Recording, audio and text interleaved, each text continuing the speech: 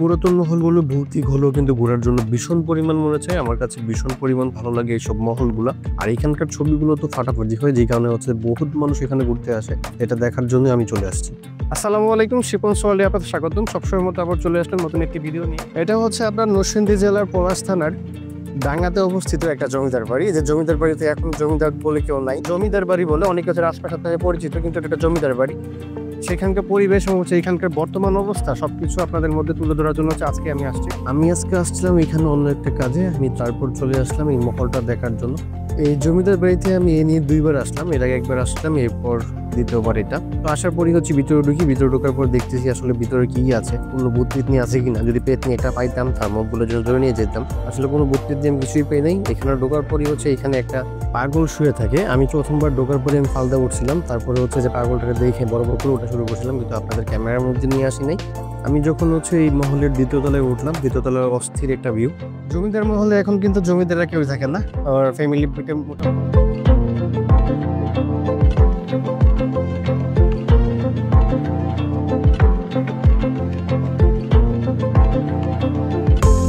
আসসালামু আলাইকুম। ওয়ালাইকুম আসসালাম। এখানে আমরা মাঝে মধ্যে আসি, শুক্রবার হলে আমরা আসি, এখানে ঘুরতে আসি। এই যে আপনারা দেখতে পাচ্ছেন এই বাড়িটা, এখানে অনেকদিন আগেকার বাড়ি। এখানে আসলে আমাদের মনটা ফ্রেশ হয়ে যায়। খারাপ দিক হচ্ছে রাত্রেবেলাটা আর কি।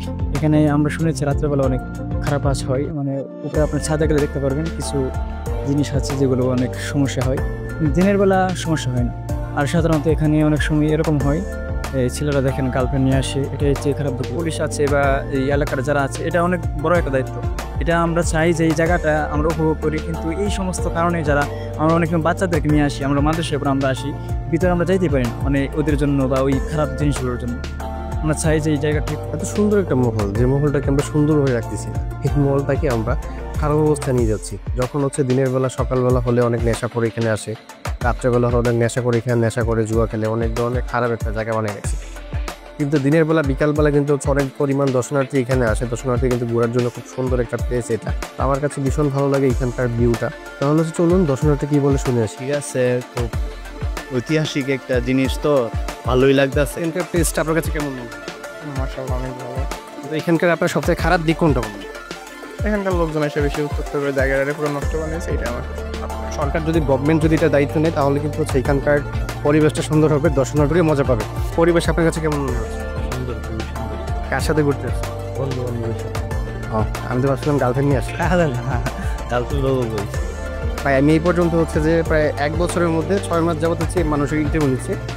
এখানের মধ্যে একটা মানুষও পাইলাম না যে হচ্ছে বলছে আমি প্রেম করি। সেখানে কি আপনিও করেন? যে প্রেম করি না, সত্যি এটা। ভাই যদি হচ্ছে আপনার এই ভিডিওটা আপনার গার্লফ্রেন্ডের কাছে যায়, তখন যেতে পারে, সমস্যা খবর নাই। আচ্ছা, পরিত্যক্ত জায়গা, ভূত পেত নিয়ে আসেনি? এটা ভাই বলতে পারি না, থাকলেও থাকতে পারে। যদি পেত নিয়ে একটা বাসা নিয়ে যাবেন?